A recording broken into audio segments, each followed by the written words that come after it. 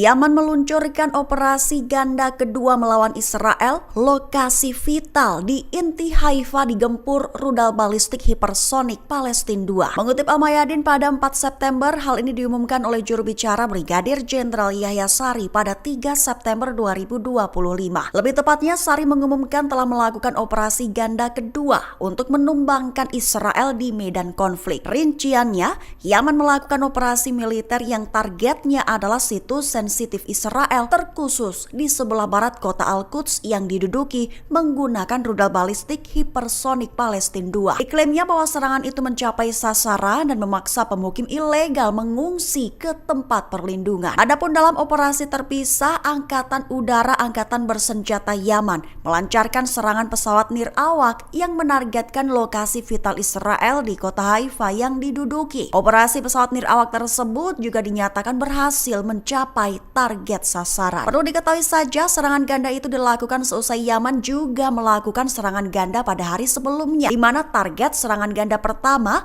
adalah Bandara Ben Gurion dan kota Yafa yang diduduki dengan memakai persenjataan hulu ledak independen dan rudal balistik Zulfikar.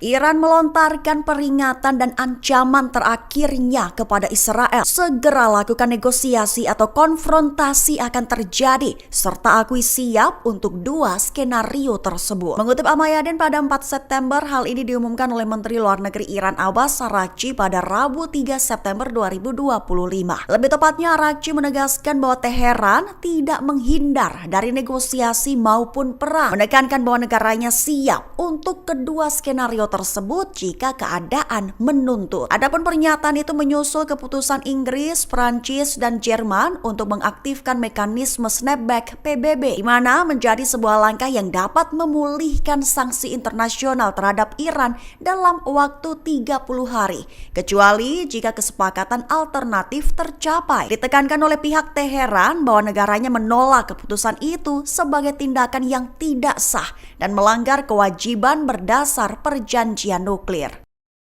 Yaman gempurkan serangan bertubi ke target-target penting di Israel. Akibatnya, pada serangan kedua dalam sehari, Bandara Ben Gurion Israel ditutup 2 kali pada Rabu 3 September 2025. Mengutip Al-Mayadin pada 4 September, kabar ini dilaporkan oleh sumber utama media Israel pada Rabu 3 September 2025 waktu setempat. Lebih tepatnya dilaporkan bahwa sebuah rudal balistik terdeteksi diluncurkan dari Yaman. Imbasnya, wilayah udara di atas Bandara Ben Gurion ditutup dan semua penerbangan ke dan dari bandara tersebut ditangguhkan. Itu dilakukan bertepatan dengan sirine di Al-Quds yang diduduki, Laut Mati dan beberapa wilayah lainnya berbunyi. Di satu sisi, Yaman mengakui bahwa pihaknya telah menargetkan lokasi sensitif di kota Yafa yang diduduki dalam operasi militer ganda, mengerahkan rudal klaster Palestina 2 dengan beberapa hulu ledak independen dan rudal balistik Zulfikar. Yaman mengklaim bahwa serangannya tersebut memaksa jutaan pemukim mengungsi ke tempat perlindungan, sekaligus senada dengan klaim Israel bahwa serangannya telah menghentikan sementara lalu lintas udara di Bandara Ben Gurion. Israel dicurigai sedang mendirikan situs nuklirnya sendiri. 7 pakar menyatakan kecurigaannya merujuk pada lokasi yang dekat dengan reaktor di Dimona. Mengutip Tribun News, hal ini dilaporkan oleh sumber utama AP dalam pernyataan terbaru. Dilaporkan bahwa sebanyak 7 pakar yang memeriksa gambar-gambar yang beredar, ketujuhnya mengatakan yakin konstruksi tersebut terkait dengan program senjata nuklir Israel yang telah lama dicurigai. Mengingat lokasinya yang dekat dengan reaktor di Dimona, tempat pembangkit listrik sipil tidak berada. Namun tak dipungkiri mereka juga berbeda pendapat tentang seperti apa konstruksi baru tersebut, di mana 3 diantaranya mengatakan lokasi dan luas area yang sedang dibangun serta fakta bahwa area tersebut tampak memiliki beberapa lantai. Itu menunjukkan bahwa penjelasan yang paling mungkin adalah pembangunan reaktor air berat baru. Reaktor semacam itu disebut dapat menghasilkan plutonium dan material lain yang penting untuk membangun senjata nuklir. Sementara 4 peneliti lainnya mengakui kemungkinan itu adalah reaktor air berat, tetapi juga menduga pekerjaan tersebut mungkin terkait dengan fasilitas baru untuk merakit senjata nuklir. Adapun pihak Israel sendiri tidak mengonfirmasi atau bahkan menyangkal pernyataan tersebut, sekaligus pemerintahnya tidak menanggapi permintaan komentar dari sumber utama.